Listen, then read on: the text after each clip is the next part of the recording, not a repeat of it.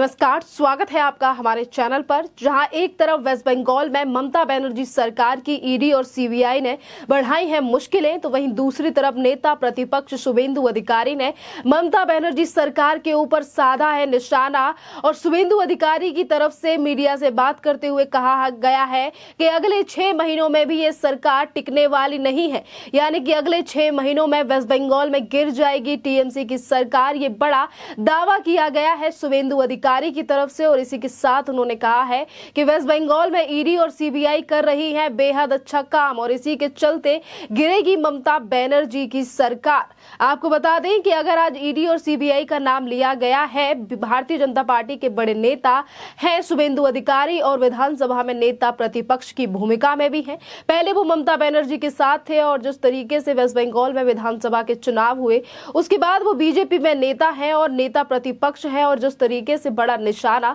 साधा गया है और दावा किया गया है कि अगले 6 महीनों में टीएमसी की सरकार गिर जाएगी और ईडी और सीबीआई को लेकर ये तमाम बातें की गई हैं, जाहिर सी बात है। आपको बता दें कि जिस तरीके से एक तरफ शिक्षा भर्ती घोटाला, तो वहीं दूसरी तरफ पशुओं की तस्करी को लेकर ममता बनर्जी के नेताओं के ऊपर लगातार ईडी और सीबीआई का जो शिकंजा है वो कसता जा रहा है। बात अगर हम करें सुब्रता मंडल की, जिनका नाम अब निकलकर सामने आया है पशु तस्करी में, जिस तरीके से उन्होंने पशु तस्करों को पैसों के चलते उन्हें सुरक्षा मुहैया कराई और किस तरीके से वेस्ट बंगाल के सहारे, यानी कि जहां ममता बनर्जी की सरकार है वहां से किस तरीके से भारत से मवेशियों को बांग्लादेशी ट्रांसपोर्ट किया जा रहा था, वो भी इलीगल तरीके से, और उन्हीं लोगों को सुरक्षा मुहैया कराई जा रही थी। सुब्रता मंडल जो कि टीएमसी के बड़े नेता है और वही वीरभूम के अध्यक्ष भी है, जिस तरीके जिला मंडल अध्यक्ष हैं ये सुब्रता मंडल। और आज सीबीआई गिरफ्तारी भी कर चुकी है सुब्रता मंडल की। और आपको बता दें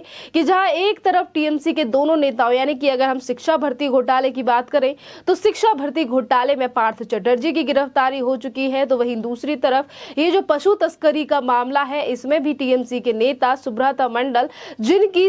सीबीआई गिरफ्तारी कर चुकी है, यानी कि एक तरफ सीबीआई तो वहीं दूसरी तरफ ईडी, यानी कि दोनों ही केंद्रीय एजेंसी हैं। और अब ममता बनर्जी सरकार के नेताओं के ऊपर शिकंजा कसता जा रहा है केंद्रीय एजेंसी ईडी और सीबीआई का। जहां एक तरफ ममता बनर्जी की मुश्किलें कम नहीं हुई हैं अभी तक उस मामले को लेकर, यानी कि शिक्षा भर्ती घोटाले को लेकर, उस पूरे मामले को लेकर भी भारतीय जनता पार्टी से लेकर तमाम वेस्ट बंगाल के लोग ममता बनर्जी सरकार को पहले से ही लेकर उठा रहे हैं तमाम बड़े सवाल। तो वहीं दूसरी तरफ दूसरा सवाल अब ममता बनर्जी के ऊपर इस पशु तस्करी को लेकर शुरू हो गया है कि किस तरीके से ममता बनर्जी की सरकार में जो मंत्री हैं वो किस तरीके से कभी बड़े घोटाले करते हैं और कभी पशु तस्करों को देते हैं सुरक्षा। और इसी पूरे मामले में आज गिरफ्तारी, या आज तो नहीं पर इससे पहले यानी कि 11 तारीख को गिरफ्तारी हुई थी सुब्रता मंडल की। उसके बाद उनकी बेटी से भी पूछताछ की खबरें सामने आई थी कि सीबीआई ने जिस तरीके से छापेमारी की गई थी। इसी के साथ हम आपको ये भी बता दें कि जहां एक तरफ सीबीआई ने टीएमसी के नेता अनुव्रत मंडल के सहित परिजनों की और जो 16 करोड़ से भी ज्यादा की जो पैसे थे उसे भी सीज कर लिया गया सीबीआई की तरफ से। और वहीं लगातार सीबीआई अनुव्रत मंडल और उनके परिवार की मुश्किलें बढ़ाती हुई नजर आ रही है। जिस तरीके से बेटी का नाम भी निकलकर सामने आया था ट्रांजैक्शन में, और आने वाले समय में अनुव्रत मंडल की बेटी से भी इस पूरे मामले में हो सकती है पूछताछ, क्योंकि ये मामला काफी ज्यादा, एक तरफ ये संगीन मामला है, बड़ा मामला है कि किस तरीके से वेस्ट बंगाल के जरिए भारत से भेजे जा रहे थे, यानी कि डिपोर्ट किए जा रहे थे, किस तरीके से पशुओं की तस्करी की जा रही थी भारत से बांग्लादेश में, वो भी बॉर्डर के सहारे, और ऐसे लोगों को सुरक्षा मुहैया कराई जा रही थी टीएमसी के नेताओं की तरफ से। ये अपने आप में एक गंभीर सवाल है और देश की सुरक्षा से भी जोड़कर देखें तब भी ये बहुत ज्यादा बड़ा सवाल है जिस तरीके से आज चीजें उठाई जा रही हैं इस पूरे मामले को लेकर। आपको बता दें कि जहां एक तरफ देश की सुरक्षा से लेकर तमाम बड़े सवाल इस पूरे मुद्दे को लेकर खड़े हो रहे हैं, तो वहीं दूसरी तरफ ममता बनर्जी ने अपने इन्हीं नेताओं को सपोर्ट किया है, यानी कि ये जो नेता हैं अनुव्रत मंडल, जिनकी गिरफ्तारी हो चुकी है। ममता बनर्जी अभी रविवार को हुए एक प्रोग्राम में अपने इन्हीं नेताओं को समर्थन दे चुकी हैं और कहा गया है कि उन्हें फंसाया जा रहा है और इसी के चलते वो केंद्र सरकार के द्वारा की जा रही इन जांच कार्रवाइयों के खिलाफ आंदोलन करेंगी। इस तरीके की बात का जिक्र भी ममता बनर्जी अब संडे को कर चुकी है। इसी के साथ हम आपको ये भी बता दें दें कि जिस तरीके का पैंतरा अपनाया गया था ममता बनर्जी सरकार की तरफ से,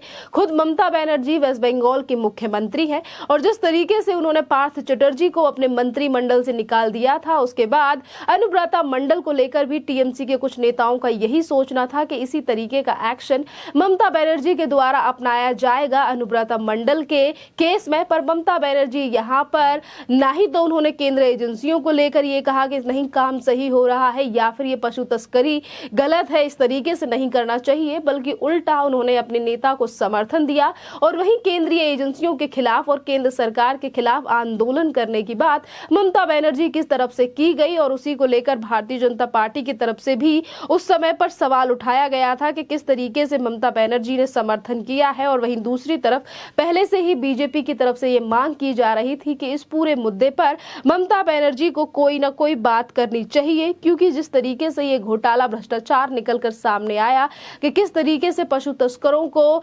सुरक्षा मुहैया कराई जा रही है टीएमसी के नेताओं की तरफ से, इस पर भी भ्रष्टाचारी है टीएमसी, इस तरीके से बातें बीजेपी की तरफ से कही गई हैं। पर अब अपने आप में ये बयान काफी ज्यादा खासा मायने रखता है, ये दावा मायने रखता है जो कि किया गया है शुभेंदु अधिकारी की तरफ से, जो कि नेता प्रतिपक्ष है और उन्होंने साफ कहा है कि अगर इसी तरीके से चीजें चलती रही तो आने वाले समय में 6 महीने तक भी नहीं टिकेगी टीएमसी की सरकार। यानी कि जो ममता बनर्जी लंबे समय तक वेस्ट बंगाल में राज करना चाहती हैं और वहीं देश के प्रधानमंत्री की कुर्सी पर भी बैठना चाहती हैं, अब ममता बनर्जी के लिए वेस्ट बंगाल में भी कुर्सी पर बैठना हो गया है काफी ज्यादा मुश्किल। जिस तरीके से ममता बनर्जी के नेताओं के घोटाले निकल कर आ रहे हैं सामने, एक तरफ ममता बनर्जी के एक खुद के भतीजे जिनका नाम कई बार आ चुका है कोयला घोटाले में सामने और ईडी कई बार उन्हें पहले भी भेज चुकी है समन और वहीं उनकी पत्नी को भी भेजा गया था समन। तो वहीं दूसरी तरफ एक तरफ कोयला घोटाला, वहीं दूसरी तरफ शिक्षा भर्ती घोटाला, जिसमें तमाम बड़े खुलासे हो चुके हैं जो कि पार्थ चटर्जी जो कि काफी ज्यादा करीबी नेता रहे हैं ममता बनर्जी के, किस तरीके से पार्थ चटर्जी और अर्पिता मुखर्जी से तमाम बड़े सबूत आज ईडी के हाथ में लगे हैं, उनको लेकर भी तमाम जो है जांच जो है वो ईडी लगातार कर रही है और वही मुश्किलें बढ़ रही हैं टीएमसी सरकार के पूर्व मंत्री पार्थ चटर्जी के। यहाँ पर हम आपको ये भी बता दें कि जिस तरीके से इन दोनों मामलों में सीबीआई और ईडी जो है, यानी कि एक तरफ पशु तस्करी है जिसमें सीबीआई जांच कर रही है, तो वहीं दूसरी तरफ वेस्ट बंगाल में ही हुआ शिक्षा भर्ती घोटाला है, वहां पर किस तरीके से जो योग्य व्यक्ति थे उन्हें नौकरी देने की बजाय, जिनके नंबर अच्छे आए थे उनको नौकरी देने की बजाय जो कि कम रैंक वाले लोग थे उन लोगों को नौकरी दी गई सिर्फ पैसे मुआवजे के चलते, कि किस तरीके से उन लोगों से पैसा लिया गया, भ्रष्टाचार किया गया, करप्शन किया गया और उनके चलते उन लोगों की भर्ती की गई। आज अगर ये शिक्षक भर्ती घोटाला सामने आया है, इस पूरे मामले में सीबीआई जांच कर रही है, तो ममता बनर्जी जिन्होंने एक बार को ये कहा था कि ममता बनर्जी की सरकार जो है वो भ्रष्टाचारियों के खिलाफ सख्त एक्शन लेगी और भ्रष्टाचारियों की टीएमसी में कोई जगह नहीं है, उसी पूरे मामले को लेकर टीएमसी पर सवाल खड़े किए गए थे बीजेपी की तरफ से कि आज ममता बनर्जी का कहना है कि भ्रष्टाचारियों से टीएमसी का कोई लेना देना नहीं है, पर यह मामला काफी ज्यादा पुराना है और उस समय पर आखिरकार ममता बनर्जी ने क्यों एक्शन नहीं लिया था पार्थ चटर्जी पर जब उन्होंने भ्रष्टाचार ही किया था। और उस पूरे मामले को लेकर नेता प्रतिपक्ष शुभेंदु अधिकारी ने मुलाकात भी की थी देश के गृह मंत्री अमित शाह से इस पूरे प्रकरण को लेकर कि किस तरीके से वेस्ट बंगाल में ममता बनर्जी की जो सरकार है वो कर रही है भ्रष्टाचार। अब देखना अहम ये रहेगा कि अगले 6 महीनों को लेकर दावा तो कर दिया है शुभेंदु अधिकारी ने, किस तरीके से ममता बनर्जी का इस पूरे बयान को लेकर रिएक्शन सामने आता है, क्या फिर एक बार वो ममता बनर्जी केंद्र सरकार पर निशाना साधने की कोशिश करेंगी या फिर इस बात को गंभीरता से लेंगी कि उनके जो नेता हैं और जिनके ऊपर सीबीआई और ईडी की जांच चल रही है उनके चलते जा भी सकती है ममता बनर्जी की वेस्ट बंगाल में सरकार। खैर, इस मुद्दे पर आपका क्या कहना है आप हमें कमेंट करके जरूर बताइए। धन्यवाद।